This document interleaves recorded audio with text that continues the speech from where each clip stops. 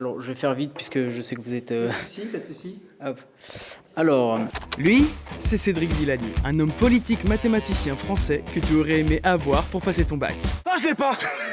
En gros, il bosse sur des problèmes issus de la physique statistique, de l'optimisation et de la géométrie riemannienne. Qu'est-ce que c'est? Et avec En Vrai, on est allé lui poser quelques questions sur Blaise Pascal, qu'il considère lui-même comme un génie clermontois.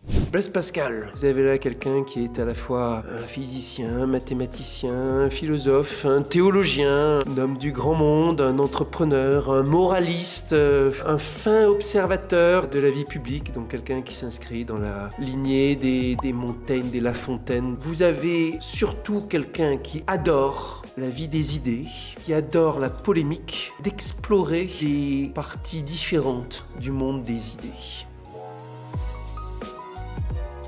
Il est élégant, paradoxal et chatoyant.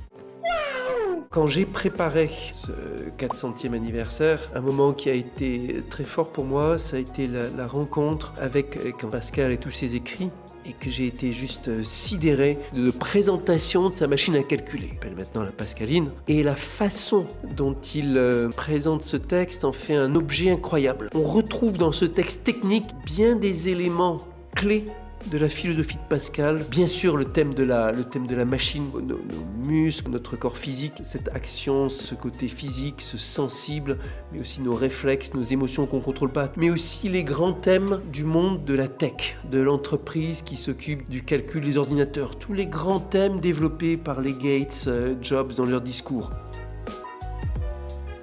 La mathématique, c'est avant tout l'art du raisonnement, c'est l'art de la bonne démonstration, d'avoir un sens, quelque chose qui vient avec l'imagination, avec de la passion. Mais la bonne démonstration, c'est comme une lutte avec soi-même pour trouver le meilleur dans l'architecture du raisonnement. Et ça fait partie de ces plaisirs de création intellectuelle que vous pouvez vraiment mettre au plus près de vous.